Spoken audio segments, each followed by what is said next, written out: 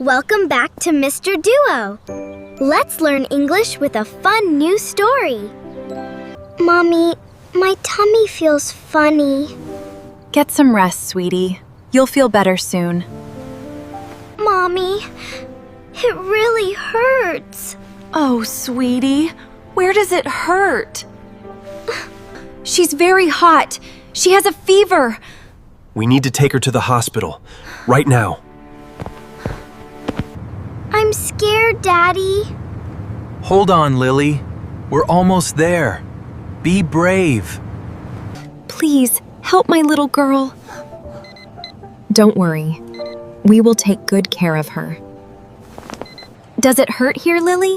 Yes, right there. Good girl. Let me run a quick test. Please wait. What is taking so long? Is she okay? Stay strong. The doctor is helping her. It's a stomach infection, but we caught it early. She will be just fine. Oh, thank goodness. Thank you, doctor. I feel a little better now. That's my brave girl. You were so brave tonight, Lily.